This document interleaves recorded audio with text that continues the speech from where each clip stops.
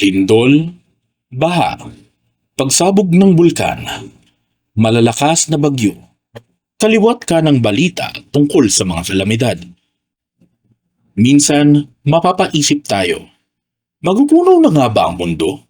Maraming tao na ang naglipanan, sinasabing nakikita daw nila ang hinaharap.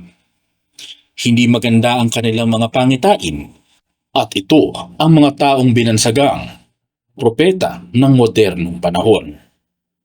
May isang manga comics na galing sa Japan na pinaniniwalaan ng mga tao na nakakapag-predict daw ng mga sakuna. Ang manga na ito ay may title na The Future I Saw at ito ay na-publish noong July 1, 1999. Sinasabi na ang manga na ito ay base daw sa mga napanaginipan ng author na si Ryo Tatsuki. The great disaster will occur in March 2011. Ang nakalagay sa cover ng The Future I Saw.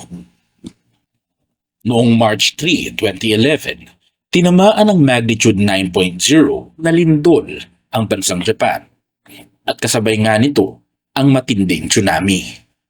Lampas 18,000 ang nawala ng buhay at bilyon naman ang property damage. Ang lindol na iyon ay may pinakamalakas na recorded magnitude sa Japan at third largest naman sa buong mundo simula ng 1900s.